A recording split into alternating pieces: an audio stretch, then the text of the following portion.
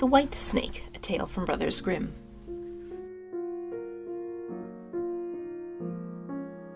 A long time ago there lived a king who was famed for his wisdom through all the land. Nothing was hidden from him, and it seemed as if news of the most secret things were brought to him through the air. But he had a strange custom.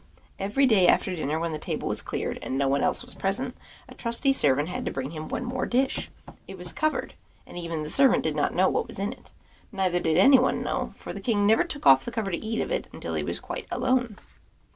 This had gone on for a long time, when one day the servant who took away the dish was overcome with such curiosity he could not help carrying the dish into his room. When he had carefully locked the door, he lifted up the cover and saw a white snake lying on the dish. When he saw it, he could not deny himself the pleasure of tasting it, and he cut off a little bit and put it into his mouth. No sooner had it touched his tongue than he heard a strange whispering of little voices outside his window. He listened, and noticed it was the sparrows who were chattering together and telling one another of all kinds of things they had seen in the fields and woods. Eating the snake had given him the power to understand the language of animals. Now it so happened on this very day the queen lost her most beautiful ring, and suspicion of having stolen it fell upon this trusty servant, who was allowed to go everywhere. The king ordered the man to be brought before him, and threatened with angry words that unless he could, before the morrow, point out the thief, he himself should be looked upon as guilty and should be executed. In vain he declared his innocence. He was dismissed with no better answer. In his trouble and fear he went down into the courtyard and took thought how to help himself out of his trouble. Now some ducks were sitting together quietly by a brook and taking their rest, and while they were making their feathers smooth with their bills, they were having a confidential conversation.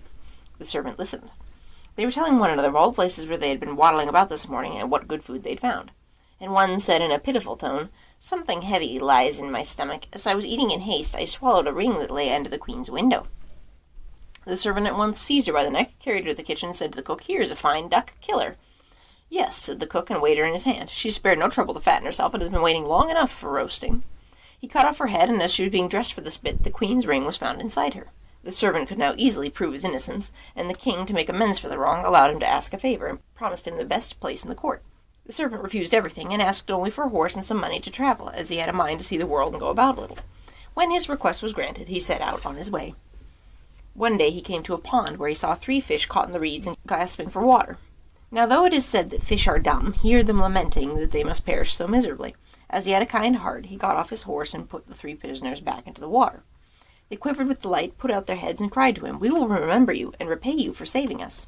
He rode on, and after a while it seemed to him he heard a voice in the sand at his feet. He listened, and heard an ant-king complain, "Why cannot folk with their clumsy beasts keep off our bodies? That stupid horse with his heavy hoofs has been treading down my people without mercy." So he turned onto a side path, and the ant-king cried out, "We will remember you. One good turn deserves another." The path led him into a wood, and there he saw 2 old ravens standing by their nest and throwing out their young ones. "Out with you, you idle, good-for-nothing creatures," cried they. "We cannot find food for you longer. You are big enough and can provide for yourselves." But the poor young ravens lay upon the ground, flapping their wings and crying, "What helpless chicks we are! We must shift for ourselves, and yet we cannot fly. What can we do but lie here and starve?" The good fellow alighted and killed his own horse with the sword, and gave it to them for food. Then they came hopping up to it, satisfied their hunger, and cried, "We will remember you. One good turn deserves another." And now he had to use his own legs, and when he had walked a great way, he came to a large city.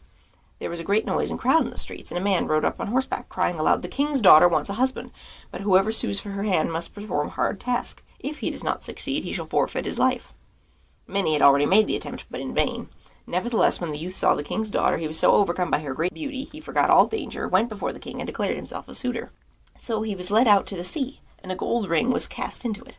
Then the king ordered him to fetch this ring up from the bottom of the sea, and added, "If you come up without it, you shall be thrown in again and again, until you perish amid the waves."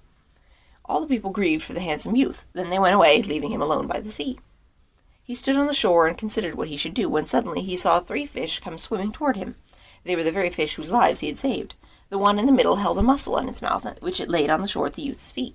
When he had taken it up and opened it, there lay the gold ring in the shell. Full of joy, he took it to the king, and expected he would grant him the promised reward. But when the proud princess perceived he was not her equal in birth, she scorned him, and required him first to perform another task. She went down into the garden, and strewed with her own hands 10 sacks full of millet seed on the grass. Then she said, "Tomorrow morning before sunrise, these must be picked up, and not a single grain must be wanting." The youth sat down in the garden and considered how he might perform this task. But he could think of nothing, and there he sat sorrowfully, awaiting the break of day when he should be led to death. But as soon as the first rays of the sun shone into the garden, he saw all 10 sacks standing side by side, quite full, not a single grain missing. The Ant King had come in the night with thousands and thousands of ants, and all the grateful creatures had by great industry picked up the millet seeds and gathered them into the sacks. Presently the king's daughter herself came down into the garden and was amazed to see the young man had done the task she had given him. But she could not yet conquer her proud heart, and said, "Although he has performed both tasks, he shall not be my husband until he has brought me an apple from the tree of life." The youth did not know where the tree of life stood, but he set out and would have gone on forever as long as his legs could carry him, though he had no hope of finding it. After he had wandered through 3 kingdoms, he came one evening to a wood and lay down under a tree to sleep. But he heard a rustling in the branches, and a golden apple fell into his hand. At the same time 3 ravens flew down to him, perched themselves upon his knee, and said, "We are the young ravens whom you saved from starving. When we had grown big and heard you were seeking the golden apple, we flew over the sea to the end of the world where the tree of life stands, and we have brought you the apple." The youth, full of joy, set out homeward, and took the golden apple to the king's beautiful daughter, who now had no more excuses left to make. They cut the apple of life in 2 and ate it together. Then her heart became full of love for him, and they lived to a great age in undisturbed happiness. The end.